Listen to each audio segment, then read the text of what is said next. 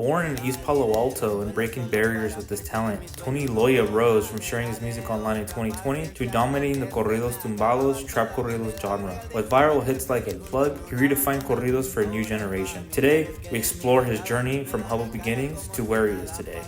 For those of you guys that aren't subscribed, go ahead and smash that button down below so we can keep bringing you guys artists like Tony Loya or other builders and entrepreneurs. All right, guys, we're live here with another episode. I have a very special guest today, one of the pioneers of corridos tumbados or trap corridos, whichever way you want to call it. We have Tony Loya. So if you want to go ahead, introduce yourself, give everybody a little bit background, and we'll get right into it. Good mi gente, my name is Tony Loya.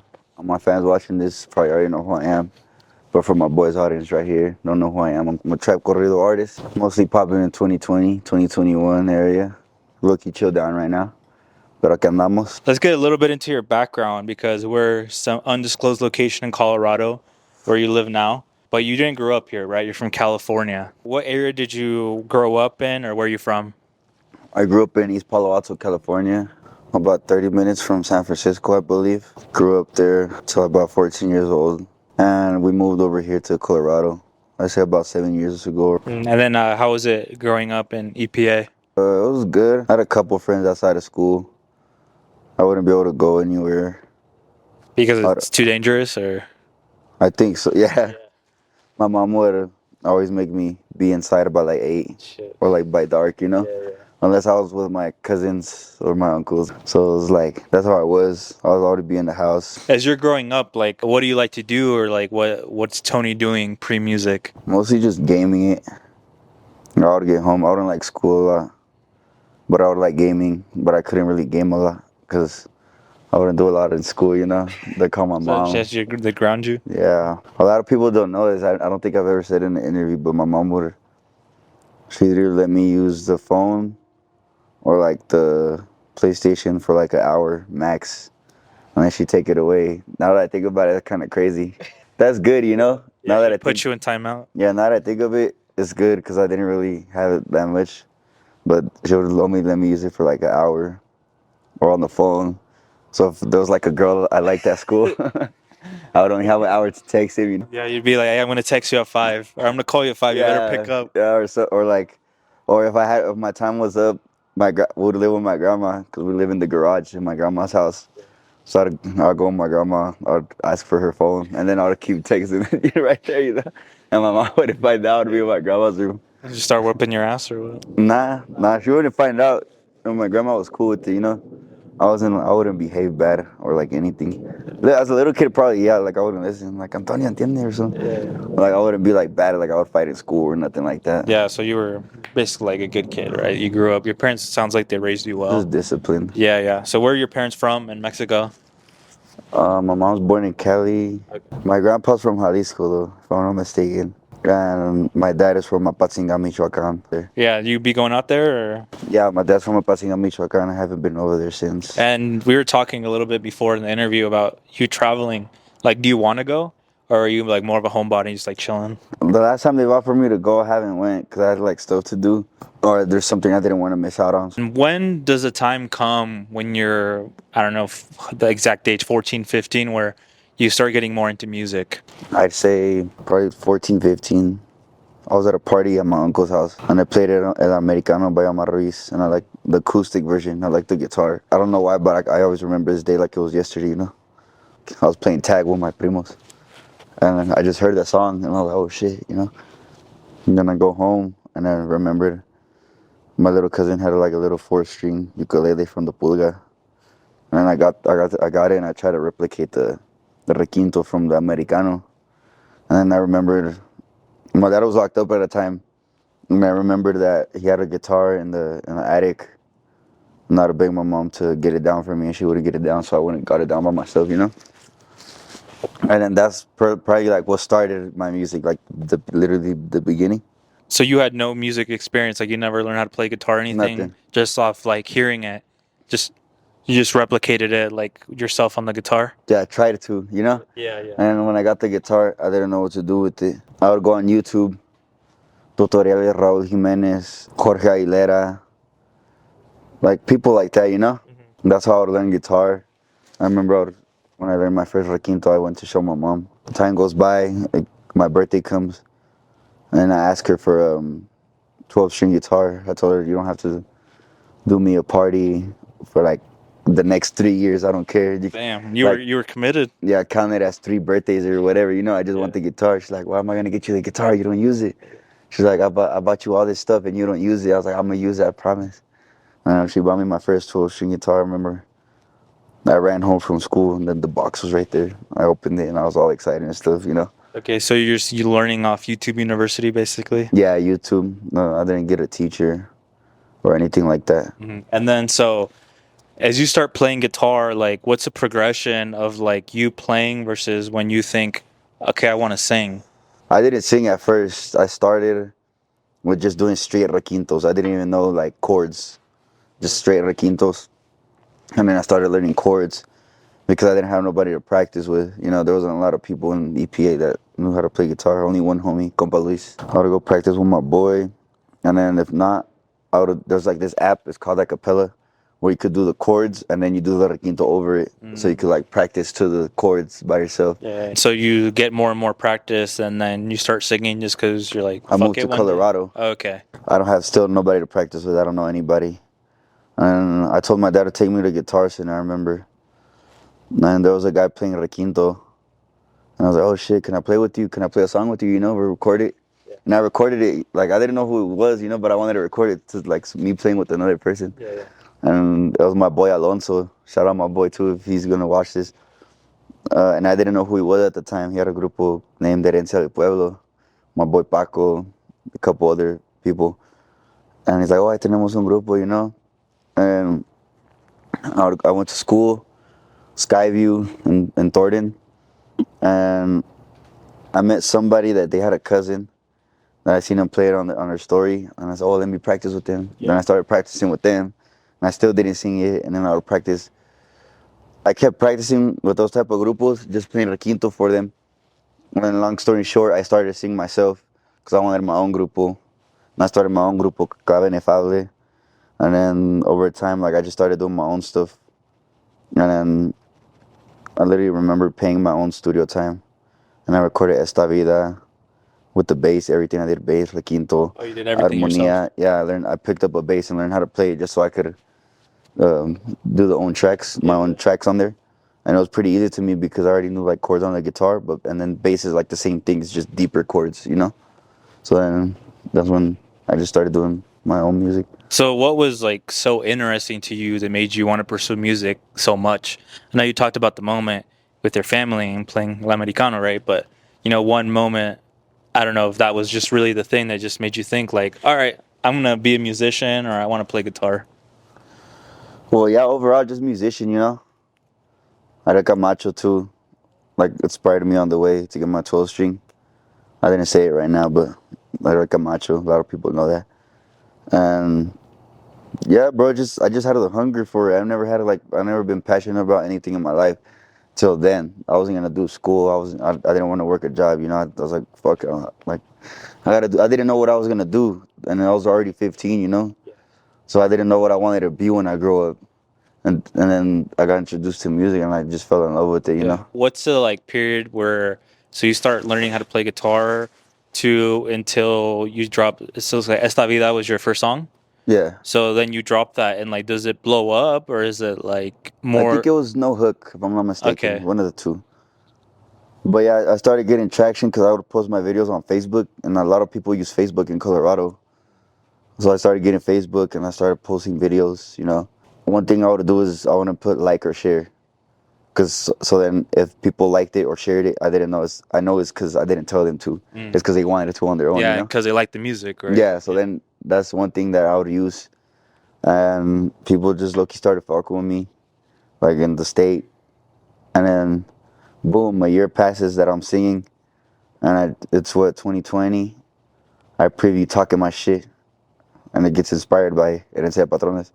Like in that year, you're just like, do you have an idea in mind that I want to get signed, or there's like a certain goal in mind, or you're just making music? Well, everybody wanted to get signed to Rancho Mile, Yeah. Like that was a dream. Like Jimmy, I went live with Jimmy once, and I showed him my song before he knew who I was.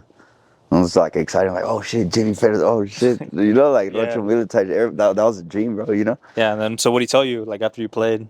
Well, it's just está chingona. I think you can find the video on YouTube. Okay. But yeah, I just kept doing my own shit. I dropped talking my shit. I dropped it on myself first, and then my homie Junior from DMG said, "Let me fly you out." Float me out. I recorded it, the same tracks on myself too. Excuse me. And then boom, it just blew up, started blowing up. Boom, let's record another one. We dropped another one. I'm pretty sure it was Disfrutándome or a plug. I think Disfrutándome dropped first or a plug. But a plug blew up. That was one of the songs I didn't want to release because I thought it sucked. And boom, a plug blows up. I dropped my first album. Gets like number 2, number 3 on the charts. And I was surprised, you know.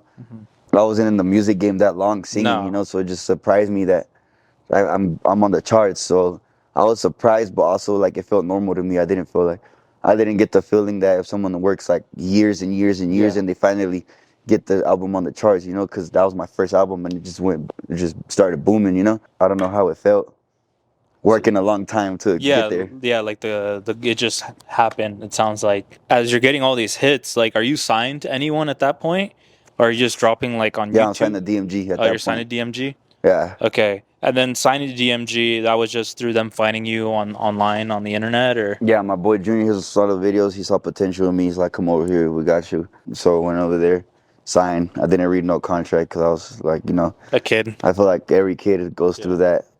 If they don't get gamed up on it before, they just sign because they're excited to be signed, just to say I'm signed, you know? To have the opportunity. Mhm. All right, so then and that's something I want to get into because on this podcast I like talking about the business side of everything. So Yeah. you just signed, right? So did you know what you were signing? Did you know what you were getting yourself into? Nah. And then I remember before I left, my dad was watching TV on the couch. I was like, me voy pa. He's like, no vas a firmar, güey. He told me, he's like, he always brings it up to tell me like, yo, te dije, güey. And I'm like, all right, I already know. But to this day, he still bring it up, you know? Like he'll tell me, pero mijo, no firmaras, güey. Ya voy y firmo. And I come back, ¿firmaste? Sí. Te dije, güey, te dije. So were you a minor though at that time, or you 18? No, I was already? 18. Okay, that's what I was wondering. So I knew, I had in mind I was 18. So if Okay, I so you signed, knew. like they can't do shit. Like, boom, signed it. Bro's being a rebellion to his parents. Yeah, because at first they wanted me to get a job. They wanted me to get a job, or like they didn't think I was gonna do what I was gonna do. Yeah. It's fair. I mean, I think any parent is like. So I remember one time I told my mom, she's like, "What are you gonna do with yourself? You ain't did your homework. You're not doing good at school. What are you gonna do? You need a job." And I told her, I was like, "Watch, I'm not gonna need any of this. I'm gonna be able to maintain myself with the music, not knowing the outcome of that. I don't know how it was gonna play out." And then I started getting all the views, and my mom literally told me like, "No tapaste el hocico," type shit, you know? Nice. Like, yeah, like you really did it. Yeah, and it felt good, I'm sure, right? Yeah, I felt pretty good, but I didn't throw it in their face at the same time, like try to make them feel bad about it. And then for you, like you mentioned that your mentality wasn't really like, there was like no surprise for you that all those things were happening, your music was blowing up. Do you think that just comes from like a confidence that you have in yourself? Or like, do you believe in manifesting, that stuff? I don't believe in manifestation. I believe in hard work. Okay. But in a way, I didn't learn how to appreciate it at the time. Like right now, I'm not dropping music. I'm not what I was then. So it makes me appreciate.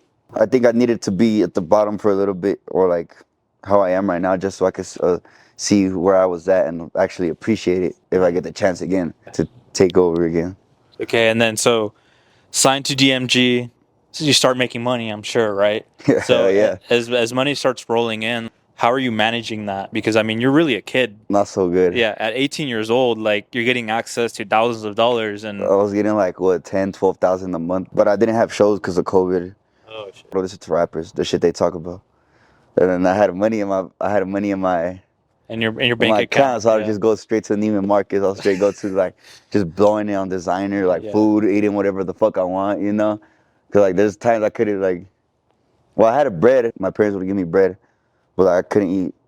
Go wherever I never went to a steakhouse. To the same amount. I would right? be used to like Olive Garden, like certain spots like that, you know? Yeah. And then I started going to other foods like, oh shit, I can buy whatever the fuck I want, whenever I want, you know? So I just started splurging like a lot, and I'm managing my money. My mom would tell me, but I was a kid, so I was like, I had the mentality like, oh, I'm gonna make it again. It's cool. I'm gonna make it again, you know? And then the checks started getting smaller a little bit. So then that's when I started like actually watching it. And So that's like just through experience of you. yeah, through experience. Yeah. So I feel like I could manage my money better than 18-year-old me, you know. I won't spend it on no dumb shit. Well, like, I mean, you just with time, like Yeah. unless you have your parents on your ass and like locking your bank accounts, like I think any kid, you Yeah. start making 10K, 12K in your bank account, like you're gonna just spend it on stupid shit, right? Yeah. Especially when you're influenced by rap. yeah, right. you want to You want to bust down Rolly, buzz down, buzz down shit, designer belts and Yeah, shit. yeah, Like yeah. then, the style was like you got a designer belt, some fucking Jordans or some cool shit or Yeah, some yeah. like designer shit, you know, like. Yeah. So then, how has rap music influenced your style, like as a person, as an artist, like in your I don't style, wanna like say- how you dress? I don't want to say, oh, like how I dress. Yeah. Like, yeah, how I dress influenced it like that. Like, if you see how I would dress, like as a kid, I straight Montclair's, designer shirt, designer pants, designer Yeah. shoes, you know, like Chief Keef Jr. this type of shit. Yeah, but because before I would just wear like plain black tees, white tees, and I started buying designer shit. But now I haven't bought lots of designer stuff. I'm like, yeah, I gotta go back to how I was, you know, because I still don't mind wearing a black tee. There's a lot of black tees in my wardrobe, white tees, simple, whatever, you know, simple. It's not about looking rich; it's Yeah. about being rich, right? And then it influenced my lyrics too, because now a lot of people are doing it, and nobody can lie on this shit. A lot of people have been doing it. The first person to do it, Herencia de Patrones, like was basically rap lyrics but in Spanish, you know, like wordplay and type shit. And then that's what influenced me. And then I'd listen to rap too, and then I would get ideas from there. But a lot of people are doing it right now, like, oh, yo no soy esto, pero soy esto, like on some wordplay, you know, Yeah. like on No Hook. There's a bar. It says no soy plátano, pero todos me la pelan, you know, like like wordplay, you know. Yeah. But I feel like everybody's starting to do that shit now, but they wouldn't do it before. But they put in like different type of image or like Well, you're a trendsetter. shit like bro. that, you know? Yeah. I think I was watching one of your last podcasts when they were calling you a pioneer, and you're like, I don't think so. I think you really are. Like, you're a big pioneer because there was that moment of time where, like, trap corridos, tumbados were, like, taking over. It's like you had Junior H, you, and, like, all these people all at once just, like, releasing music. At that time, I'm like, this is the wave, right? Yeah, it And then- was the way. But I feel like even Junior H at the time and not that they wouldn't talk about the shit that Herencia de Patrones or me would talk about. Because it's different. You could go to 2020, look at my albums or their albums in 2020, and then look at Nata's. They're talking about different shit. So even then, they still weren't doing it like a. They were still popping. They were more popping, you know. They're them. I feel like they weren't doing it like this. Okay, so Because you get in the studio, and then most of the songs are written by other people, you know? they have ghostwriters. Yeah. Okay. It's not bad. It's not a bad thing how they No, do it I like mean- Drake and shit. Like what it is like that, like rap, trap, corridos. You make a beat or you make the lyrics and you're right there spitting them and you write your own shit. So I feel like it hits better because you know you wrote it and it's your style, your lyrics. Your art. Your art. Like you Yeah. came up like, damn. Like you hear something like, damn, replay that shit. What did he say? And then, you feel me? Yeah. So you write all your own stuff. I mean, it sounds like even from the beginning, you were like basically being very self-sufficient and just doing everything yourself. Right? Esta vida I didn't write it. It was my compa from East Palo Alto. But then I started writing my own stuff. And then I got Hit after hit after hit. yeah, I got inspiration from that because I didn't know what to write. Like there was a time que todos hablaban de oh que antes no tenía nada, la gente me envidiaba, que gallito fumando, tarara. And then I think even Jimmy said something about that, like ¿cuál pinche envidia? Nadie lo está envidiando, you know? You feel me? It was like little kids talking about like motherfuckers would hate on me cuando no tenía nada. Like what do you mean cuando no tienes nada? You live in a You still live with your parents' house? they take care of you, you know? So like my dad told me, he's like, so you won't write para que no escribas lo mismo que todos están escribiendo, mira, escribe lo que miras. He's like, si escribes lo que miras, nunca te va a faltar lírica. Even to this day, I could write whatever. I could write anything because it's what I see. Okay. So I feel like I'll never run out of lyrics or songs. Okay, and then Thanks so to that. let's get into your creative process then, because you've talked about in the past how you don't necessarily like to feel like you're being made to feel music. Like you want to make music when you make music, and when really like you're telling stories of things that you've experienced. So could you get into that a little bit? How you write or how you creatively like put songs together? Like, let's say, it could go any way. Like, I could literally be sitting in the studio making a beat, and then I write the lyrics, or I could be on the road on a road trip, and I think about something, and then I just start writing. I start writing for like an hour, and I come up with all these notes, whole like pages of notes of lyrics. Or beats, like if I make a beat, like, oh shit, I can make a beat off this or a beat off this. I'll make the beat and then write to it later. So the creative process is like an everyday thing, but sometimes it's more consistent, sometimes it's less consistent, because you get writer's block where you just can't write anything or think of anything. You can't take writer's block off. It happens to everybody. It just comes back to you when it comes back, you know? So I was gonna say you don't like forcing it, basically. Nah. Yeah. So we've been talking a little bit about JD and Herencia de Patrones. So as you've mentioned in the past, that he was someone that really inspired you, and I guess you could say the guy that you looked up to. So how was it from you going to DMG and linking up with JD and Herencia de Patrones and Rancho Humilde? Well, we got the chance to work. I was like, oh, let's work. But they wanted to sign something. I don't know the details like that, but I fell off with DMG, so I go over there. So you fell off, like your contract was done? Nah, it wasn't done. I was trying to get out of it. Like, I huevo. Like, I want to go work over here. But like, nah, just wait. Like, they're like, why we got to sign something to work? Like, we could just collab, Yeah. But it's business, everybody got to make money and shit. No, but it was cool being over there. It was beautiful. I fuck with it. I was like, oh shit. Like, I was a kid, bro, I was a kid. Like, I didn't know any better. So in your head, you were like, wow, like I made it, right? Was that the moment or? Type shit. Okay. All right. So being in the studio and having like creative session, I've seen those videos on YouTube where you're like jamming out with everybody, with like JD and all of them. How is that for you? Like in the moment, because we've been talking how you were a kid. Is that something that your mind can't even like kind of comprehend, or you're just like, this is what? At that time, I was just like, this is what it is now. Yeah, like this is what was supposed to happen. Type shit. At the peak of your like popularity, how flooded? You just went live on Instagram in like 30 seconds. You had 300 people join. Yeah, you said back in the day you'd have like 1,000 instantly. Yeah. So like, how do your Instagram DMs look like? Is it people just saying like your music, bro? Is it girls? Is it like people trying to get shit from you? Surprisingly, it's not a lot of girls. How people think it is, or sometimes it's not even girls at all. Oh, this fool gets hella girls. Like, nah, it's not like that. Because you feel me? Like, it's just that's what somebody would think. Yeah, like people think about like artists. Unless you're like Drake or something. I ain't no Drake type shit. Mostly like fans, like oh, Tony, mándame un saludo, or like cómo se toca esta rola, or like Tony, ¿cuándo vas a sacar un álbum? Like cosas así, pues. But you have people hating too, right? Yeah, some people hating. Like, oh, you fell off, this and that. But I don't pay no mind to it, cause people that... It's just the internet shit. People was never on. Yeah. People that was never on or can't do what I do. You're one of a small percentage that actually made it, right? Like, how many people have tried to be artists or tried to get signed by a label and have actually done it? Yeah, and there's kids, like, literally right now that want to be where I want to be at. Exactly. So I appreciate it every day. Mm-hmm. And then, so what influenced you specifically to get into trap corridos or like music in Spanish versus, I don't know, maybe trying to rap or something else? Was it just like your family and not rap? Mom wouldn't let me listen to rap. Damn, she had you on lockdown. I'm pretty sure I'm not the only one right here. I don't want to, there's nothing racist or nothing. It's just some Mexican shit. There's moms, they'll be like, quita esas negradas.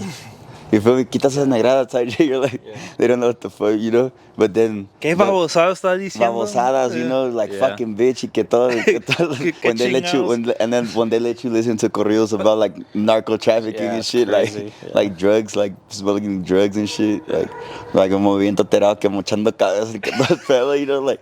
So it's like, what the fuck? Nah, but yeah, that's why I feel like I have more love for Mexican music, because that's what like all my parents would let me listen to, or like even I would listen to on my own, like Roberto Tapia, Larry Hernandez, like people like that, Commander, when they were popping like back then type shit, Yeah.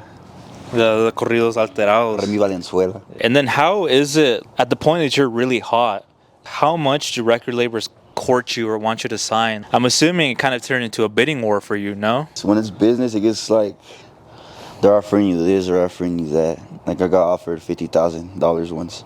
For signing, like your signing? Yeah. Signing bonus, not an advance. Yeah. And I still didn't take it because I feel like I'm worth more than that, or I was worth more than that. Even then now, I feel like people can still see I have something in me. I got potential still, just moving with the right team and marketing and knowing how to move yourself. And, like, because now it's different. Then, like I could get you on the radio or I could get you on this, because there wasn't like lots of platforms. People still had flip phones and shit. Yeah. So like right now, TikTok's popping, so I feel like anybody could get popping now because of TikTok. Yeah, and then get signed. Like make one little like Yeah, let's say a TikTok blows snippet. up. TikTok blows up. Motherfuckers already looking at you like, oh, what's up? You signed? Or like, you know. So you say it's easier. Like for me, TikTok was already popping, so like they'll put me in TikToks or like when I would be at parties and stuff. You mentioned other podcasts that you were put onto game. So yes, you signed with DMG and you were trying to get out of your contract, but eventually you said you put onto game on how the music industry works and how all of that like negotiating and contracts work. So what did you learn exactly? You just gotta watch what you sign and like see like the terms of the contract because a lot of kids don't read it, you know. And then you gotta see like what percentage they want and then what they're gonna do for you to see if they deserve that percentage. It's just a lot of stuff you gotta look. You gotta make your contract fit to you that you like it, you know. Because there's a lot of people that sign, and yeah, I'm one of them. That later on you read the terms, they're like, oh, what the fuck you mean I can't do this, or what the fuck you mean this? But they're like, you signed it, you didn't read it. You know? But that's one's own fault, you know. At the same time, so I feel like you could learn from that. So like kids right now that haven't signed anything, I'd advise you guys to like read your contract. Not all contracts are bad and not all label owners are bad. You just got to see what you're signing so then you won't get mad later if you don't agree with it. Get a lawyer. Get a lawyer. Yep, get a lawyer. And it can't be a lawyer that they provide you. So you didn't sign with HP Records, right? Like you were in negotiations, whatever, you didn't end up signing. So do you think that like game helped you avoid more bad decisions after you had signed your first contract? Not really game because at the time I was just waiting to sign. Or, oh, we're gonna sign. Don't worry, we're almost there. We're almost there. Don't worry. And I just got. It's been like 2 months, and I met Manzana, and I signed to him. You know, and I still didn't read it because of how. Oh, you still didn't read it? No, I still didn't read it because how he talked to me. I was like, oh yeah, this motherfucker's cool. He's cool, you know.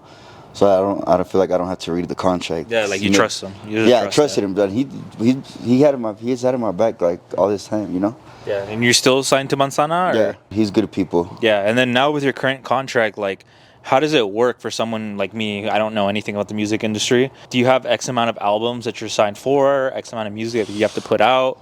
Well, like I said, it works different. You make your own contract. So, like, some people could sign for, like, 2 albums. It could be like, oh, you're going to sign for 2 albums. So once you give the 2 albums, you're up. You're done. Or you're going to sign for 5 years. Like mine, it's 5 years. And I have to give an album for each year, you know? It's different with every artist. Or sometimes you get 70-30. Yeah. Like, they get 70% of your digital, you get 30%. But shows, you get 70% and they get 30%. So, like, most artists they like doing shows because they eat more off shows than digital. Than like streams and stuff, you know? Yeah. Or sometimes they do 50-50, everything varies, but every artist, I feel like they have a different contract. And does that include YouTube too? That's everything, streams, everything. Okay. Like your song could be played on the radio station in the Middle East, and that shit will pay you. It'll go back to like, oh, this full strong song was streamed right there, and it'll pay you. It doesn't matter if it's like a couple cents, you know, you'll still get paid. Yeah. And then do you like own your masters, or like how has that worked for you as an artist?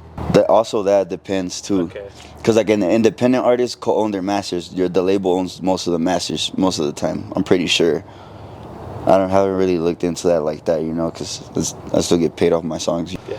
But I feel like most people that own their masters are mostly independent.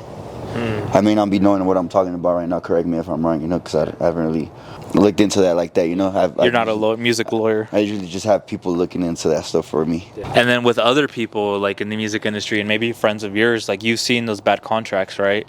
Like where, I don't know, they're getting nothing, 5%. There's some artists that they've been signed to certain people, and those people sell that contract behind the artist's back, and now all of a sudden, oh, now you're not signed to this guy, good luck, and then you're like, what the fuck, you know. So there's a lot of artists that got him fucked over, like they've been arguing with the label, and you can look it up. I'm not gonna say names, but there's a lot of videos like that arguing. No, I remember at the peak of like corridos tumbados and everything, it was also like the drama between all the artists and the labels. And all that like shit like that. But then you just work it out or something. And then when you make music, where are you recording? Do you record at home? Do you fly to LA to go to Wounded, or how does that work? I used to record at Wounded a lot. That was most of my first albums. And then it depends also, like if I'm somewhere and I could record right there, I'll record right there. I've recorded in Houston, LA, here. I have my own studio at the house too. So it depends, you know. You can do it anywhere. So you learn like how to mix and everything, like how to record? No. You pay a mix and master to do it. Oh, okay. What program are you using So like when you're recording. Sometimes I use Pro Tools or Logic Pro. And then when you're putting out music or albums, you said fans can sometimes, I guess, get a little bit of greedy or unappreciative. So could you get into that and I guess like the amount of effort you put into putting something out? Yeah, because I say that because they're like, oh, Tony, suelta un álbum, suelta un álbum, suelta una rola, suelta una rola. Oh, when you gonna drop another or drop an album? I dropped the album that I've been working for like a couple months. It's like dedication, straight going hard. Drop it, and like 1 week later, when you dropping another song, and I'm like, motherfucker, I already just dropped your album, 20 song album. Listen to the songs, you Shit, know? it's 20. That's a lot of music. Like my recent album, Sunday Fundy, has like what 26, 16, Jesus. 16 songs. Let me see. Yeah. I'm gonna tell you right now. Sunday Funday. It has 20 songs. Yeah, so I feel like they get an appreciative. I'm like, bro, I just drop, bro. Like, you know, like Yeah. Like that does get me mad sometimes because they don't see the work you put in to give them that. yeah, well maybe it's time to give them behind the scenes. Little Tony Loya vlogs in the studio, how much work you're putting in to do that. Yeah, that'll be a good idea. Do you have much say on how you grow your brand as a musician? Or is that more like the label like kind of tells you what to do? Sometimes I get tips on what to do, like post it, post that, post TikToks. Mm. I like to do it my way. Also, sometimes I don't like getting told what to do. So, but Rebellious stage. sometimes you gotta listen because sometimes they do know what they're talking about and they could actually help you. And then for you to like to grow as an artist, have you mainly done that under your own like ideas or more like what the label has told you on like, hey, like try this, do this? I listen to other people's ideas lately. I don't see that as being working. Mm. How would it be my ideas, you know? So I would like to go back to doing my ideas. So at least I know if I fuck up or I don't blow up anymore, it's my fault instead of another person's fault for listening to them. Yeah, taking But I also responsibility. don't like to blame other people, you know. Sometimes. Yeah, I mean, it's kind of like any type of marketing is that you don't necessarily know what's going to work every time, but you just got to try shit, right? Yeah. I just like to do it myself, so I know it's my fault. So you'd be Whatever like, outcome comes out, I know it's because of me. all right, we're about to get spicy. So do you think there's a divisiveness in the trap corridos tumbado community or like among the artists? Like, what do you mean? Like that people don't want to like work with each other or like there's not like a community where artists are helping other artists? I feel like once an artist is up there already, they don't work with lower artists unless they're signed to them or they can make money off of them. Because it's a business, so sometimes motherfuckers won't want to work with you. Either unless you're signed to them or have the same amount of followers as them, because you could help each other with followers, you know? Yeah. So I feel like motherfuckers won't work with you. You like got a certain amount of followers and got 1 million followers, or like it's just certain things like that. And the label tells them like, nah, this wouldn't be good for you. This would be good for you. Like you as an artist, would you be like pretty open to working with anyone? You see me, I don't really hang out with no artists, like big artists like that, because they don't fuck with the kid, but And why is that? it's all good. I don't know. I don't know, to be honest. Sometimes some bad shit gets said about me, or they have a bad impression about me because there's a lot of people that once they meet me, like they tell me literally the same shit. Like, oh, I thought you was a dick, or you pensaba que eras mamón. And I'm like, oh, I see you're a cool ass person, you know. And they're like, yeah, I know I'm a cool ass person. It's just you get the shit talk inside of me that makes you think I'm gonna be like that, like I'm gonna be mamón or something, like a dickhead or some shit. And then I guess that just kind of carries from like one person telling another person type shit. Yeah. So like if a motherfucker don't like me, ask them if they met me first. And if they say no, then they can't say nothing about me, you know? Yeah, I mean, my first time meeting you. It's just what it is, you know? You can't just assume something about a person without meeting you. It goes... Well, especially because... It's universal. Yeah, I was to say, because you're a public figure. Yeah. If X artist says that, oh, Tony Loya is like this and he's that, then like the fans, I guess, too, like get some sort of impression, right? Yeah, then they start talking shit. You know? Yeah. It's universal, though. Like, you can't say a restaurant's bad without trying it. Like, you can't judge a book by its cover, pues. Yeah. And what are some of your favorite artists that are out right now or that you listen to? Probably Nata. Always been Nata. Who don't fuck with Nata, you know? Yeah. Nata, Tito Lepe, you know? I don't really listen to the stuff that's out right now. I listen to Fuerza too. Clase Especial. I've been fucking with Clase Especial music. It's like hard. It starts with the Like listen to Cabe Especial songs, it sounds with the guitar first, like tum, ra, ta, tu, ta, tum, da, na, na, na, na, da, na, na, na, and then the beat drops, da, na, ra, da, na, everything drops. I like that shit. This is hard as fuck, you know. But if it's not them, I usually listen to mostly like Lil Durk. I get inspired a lot by him because like you listen to his lyrics, he says like real shit. It may sound dumb or like, but it's like real shit that some things you can relate to. I can relate to some things of Lil Durk, but some things I can't. But like I fuck with his music is like melodic type shit. Mm-hmm. Any of those artists, people that you would work with now that you'd interested in working with? Than anybody, I would be more interested to work with Lil Durk. Lil Durk, no cap. Free Lil Durk. He in jail right now. Yeah, that's a feature I've been aiming for. I feel like I'd say some shit too on the track, you know? In English or Something Spanish? cool. Like, it could be English or Spanish. I could do both. I mean, you've collabed with rappers already, right? Because you had the Bobby Shmurda, well, the song basically that you dropped with him. So how was that? Because did you record in the studio with him? I think you filmed the music video with him too. I think, I don't know if it was the same day or the next day we recorded the video, but we got in the studio, went to eat, we got in the studio, and I picked the beat, and then he went in first. He's like, all right, I'm gonna go first. Boom. Goes in the booth. We're all sipping. We're all smoking and shit. Everybody in the studio and shit. And he goes in the booth. And he comes out like 20 minutes later. He's like, all right, I'm done. So I'm like, oh. So crazy stories in the life of an artist. Is there something in your mind that you remember being a professional, doing your job as an artist, and you're like, holy shit, this is crazy? Probably like some homies getting too drunk. One time in San Diego, we had a show and my homie got hella faded. And then we go back. I'm in my room. And then I ran into the room across for the other guys. And I hear knocking on the door. Dun, dun, dun, dun. I'm ready to go to sleep. So I walk up to the door in my underwear. I'm like, who the fuck is it, bro? Well, you know, I'm already tired of shit, bro. What's up?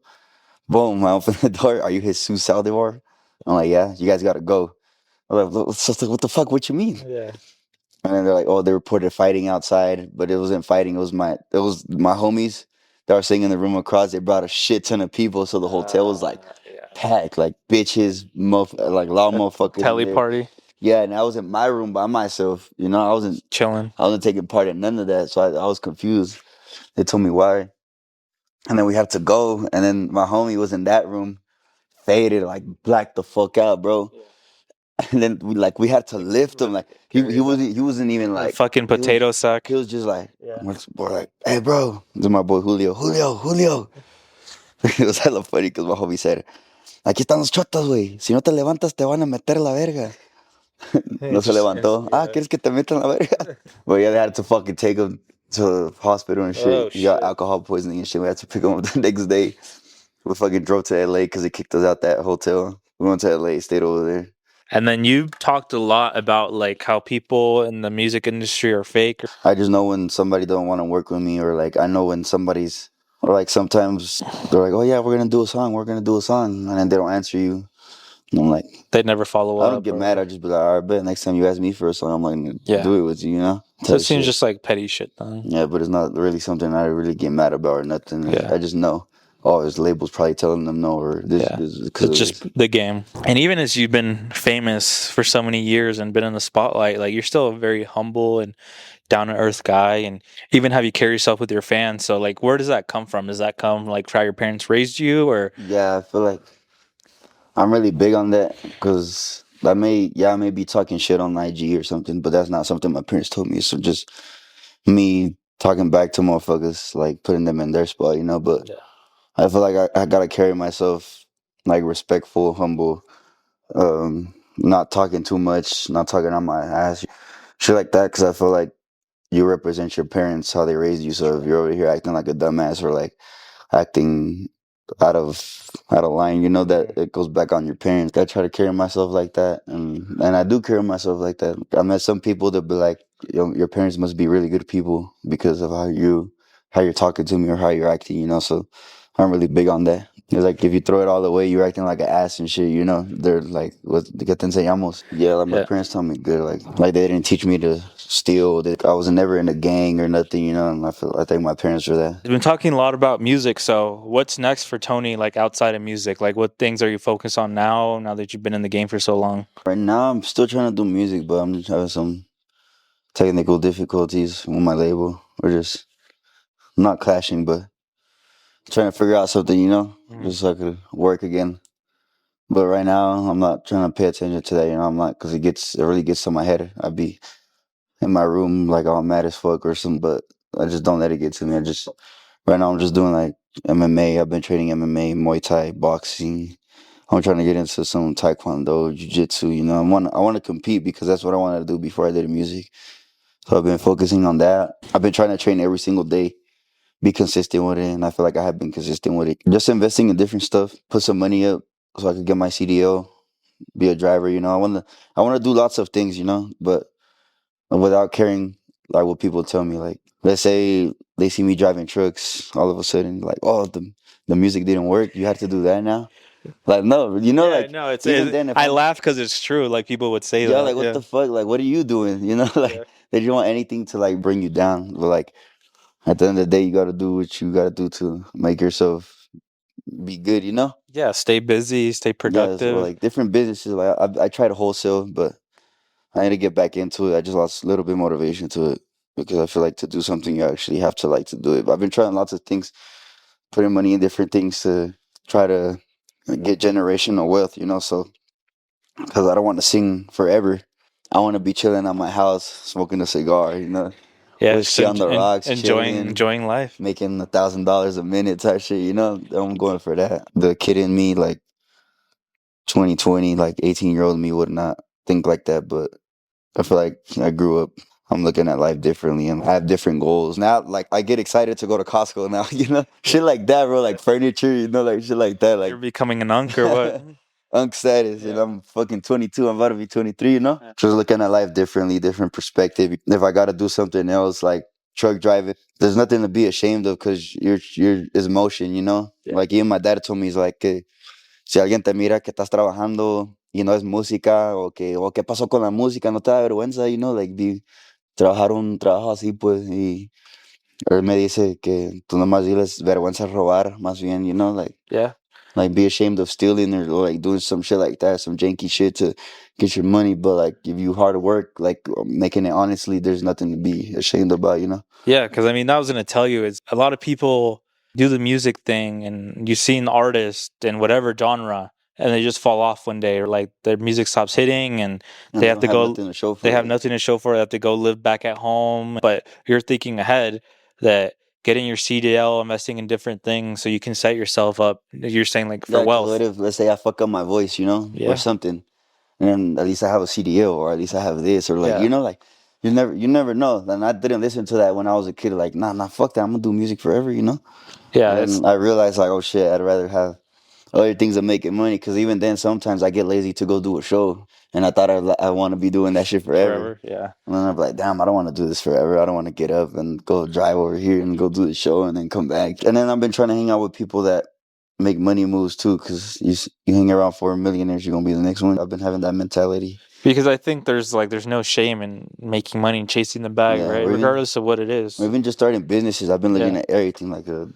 drywall business, construction business, or even having a fucking snowplow business or a fucking like cleaning business. Like Yeah. just a lot of stuff that you don't have to be working, but like busting your ass to do. I know Yeah. it's not easy at first. You have to put in the handwork type shit at first, but eventually, like you're gonna be able to be chilling. For That's sure. literally like the type of shit I'm aiming for. Like I don't want to be singing at 30 years old, at 27 years old, even 25 years old. I'm about to be 23, that's like 2 years from now. Yeah.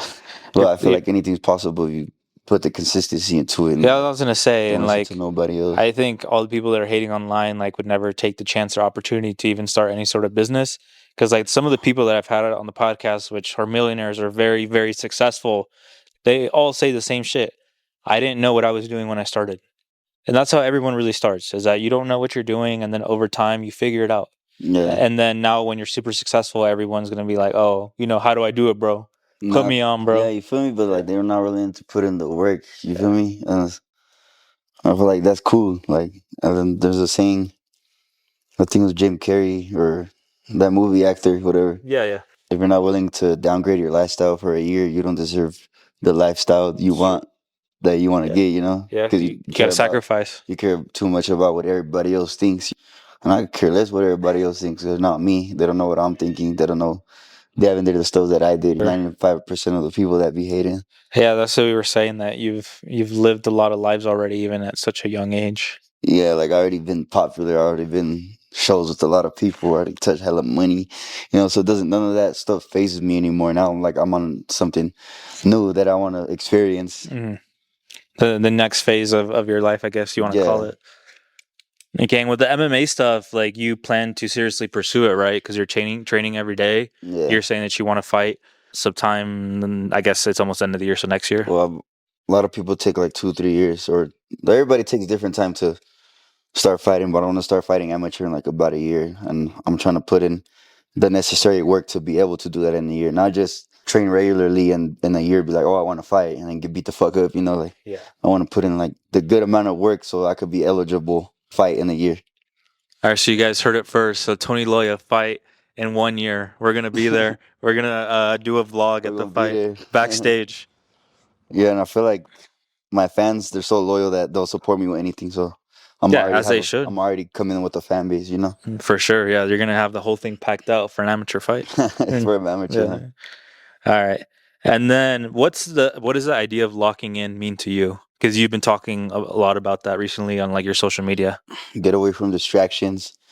Stop hanging around with people that don't do shit all day. I've been hanging out by myself. I've been slowing down on the drinking, like on the weekends, locking in, training, and I've only been hanging out with my homie David Loya. And we've been training, and my other compa Danny. There's just 3 of us right now. I feel like the people you hang out with, people like they're gonna make you better. Because if you hang out with people that just go drink every weekend, that's what you're gonna be. And I just got tired of that type of shit, So like that's in the MMA side, and then other things too. Like there's certain people that like you tell them an ambition you have, they look at it like if something regular, or they don't believe in it.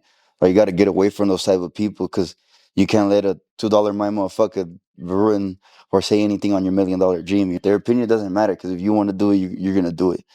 And Yeah, you but hang around people like that. And I think it's really important that you're realizing that, or even doing it now as you're still super young, because like you're saying that you need to have the right circle and right mindset around you, or people with the right mindset, because otherwise they're just going to weigh you down. There's certain people that hang out like, but what the fuck are you doing, bro? Like, and it pisses me off because I care about them, but like, Yeah. I'm at the point where like I don't give a fuck no more. If you want to do it, I can only tell you so much. Yeah. I don't care. Like, so then when I'm up, I don't want you telling me something, put you on or nothing, because you Yeah. didn't want to listen when I told you at the beginning. Yeah. And I feel like when I'm up and you want to be up, I don't feel like you deserve it because you didn't want to do it when I was doing it. Well, even then, it's not your responsibility to save and people. I'm not your fucking dad, Exactly. I would say even if you were their dad, it's not your responsibility to like baby people. Yeah, like you want me to feel bad for you or Exactly. something. Like you don't owe them anything. Yeah, I don't know nobody's shit, to be honest. And I started realizing that, so I've just like been to myself lately and just staying home and just doing my stuff. Been grinding. Talk about how you get a lot of people in your DMs asking you, Tony, how do I do this? Tony, how do I do that? Like aspiring artists. So what advice do you have for people who want to make it in this music industry or like música mexicana? Para la gente que quiere hacer música, yo nomás les digo que no traten de ser como otra persona. Ya sé que yo agarré mi inspiración de ya saben quién, pero ahora sí ya lo forjé mi propio estilo. Pero traten de ser ustedes mismos. Y si tienen un ídolo, es bien tener un ídolo porque de ahí te vas a tu carrera. And then just be yourself, bro. Like, nomás sea tú mismo y la gente te va a querer por ser tú. No trates de ser otra persona o igual, pues, ¿sí me entiendes? Como tú mismo, go live with your fans. You love to do that, huh? Agarra a tus fanáticos, hazlos sentir como que son tu familia, como son una parte de ti. Y van a mirar todo tu progreso. Y ya cuando estés acá arriba, pues, van a ser los mismos que estuvieron ahí desde el principio. Yeah, they'll be like, I knew Tony could do it. Nomás seguir echando ganas. Si tus papás o alguien te dicen que no lo puedes hacer y tú sabes que lo puedes hacer, hazlo. No es que nadie te diga que no, mándalos a la verga, sinceramente. Con todo respeto, mándalos a la verga. No saben la visión que tú estás viendo, pues. But most importantly, you got to put the work in. You can't expect shit to just Más happen. importante poner el trabajo. Yeah, just Mete el because. trabajo. Yeah, just because you think that that's what you need in life or you want to happen. That's El just gonna trabajo happen. duro le gana el talento. It's Yo true. no creo en suerte.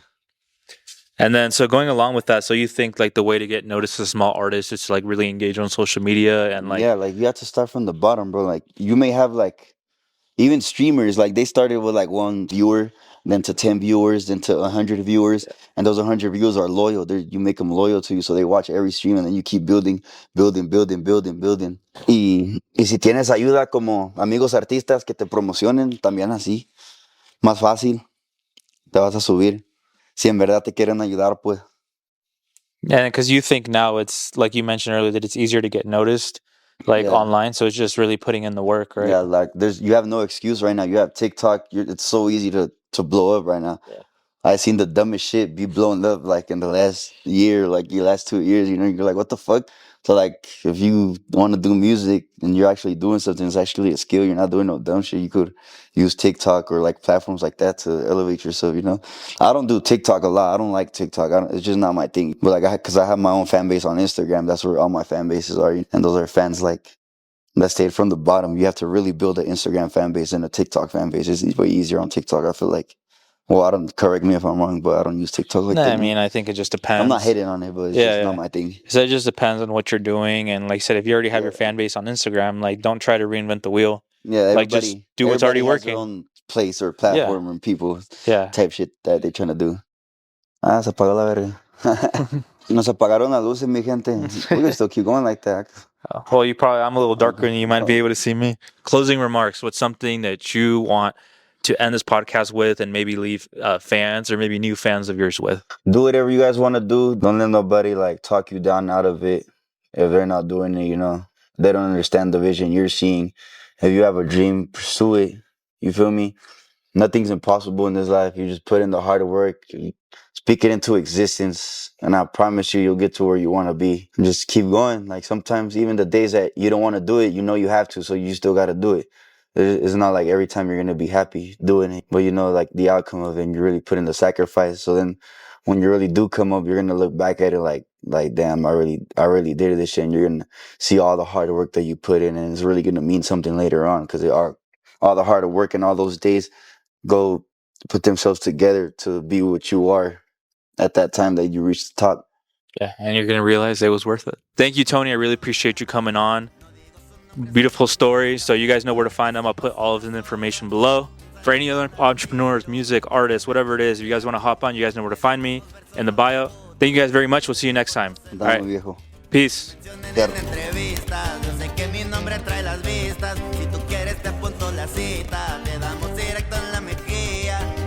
Pasó a los